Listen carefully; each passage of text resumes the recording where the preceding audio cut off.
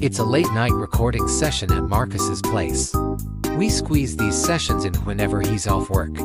Tonight, we're focusing on bird calls, trying to replicate the real sounds as best as we can, all done in-house.